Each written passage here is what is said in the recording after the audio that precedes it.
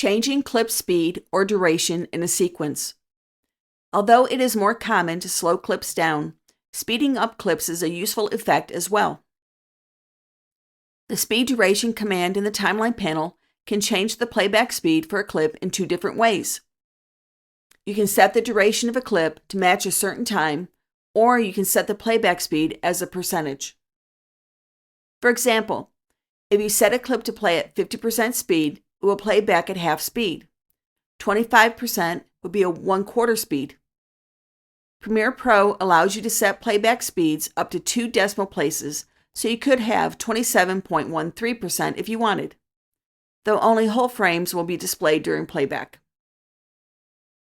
Let's explore this technique. Open the sequence 03 Speed and Duration. Play the sequence to get a sense of the normal playback speed. It's a 20-second clip drone shot of the Nevada desert. Right-click the clip in the sequence and choose Speed Duration. You can also select the clip in the sequence and choose Clip Speed Duration.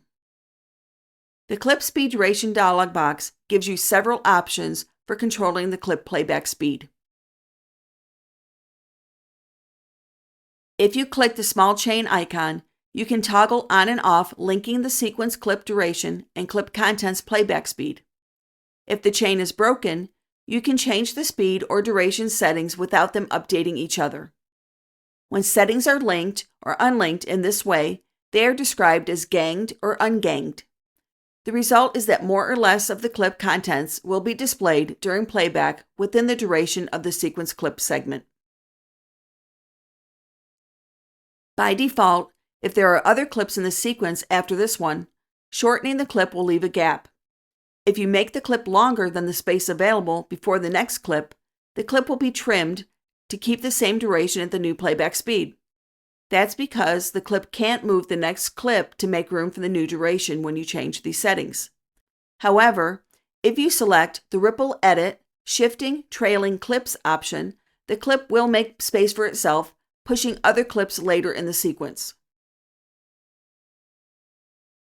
To play a clip backward, select the Reverse Speed option.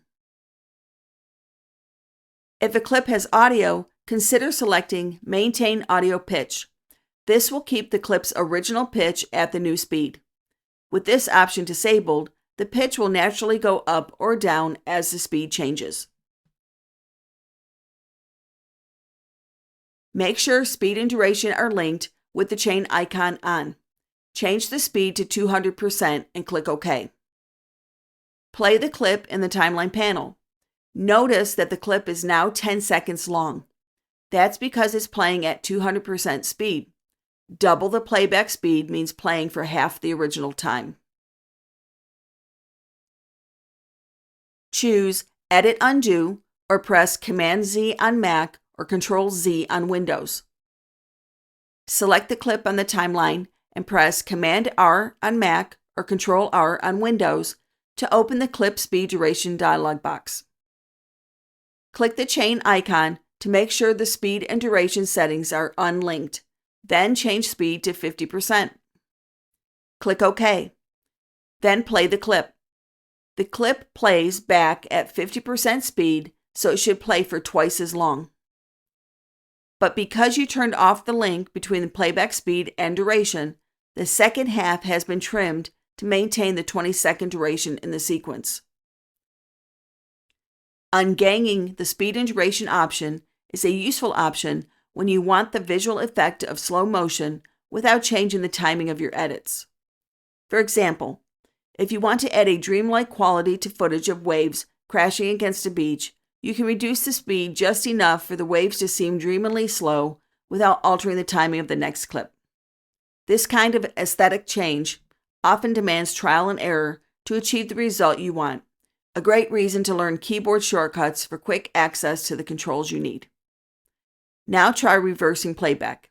Select the clip and open the Clip Speed Duration dialog box again. Leave speed at 50%, but this time select Reverse Speed, then click OK. Play the clip. Now it plays in reverse at 50% slow motion. you will see a negative sign next to the new speed displayed in the sequence.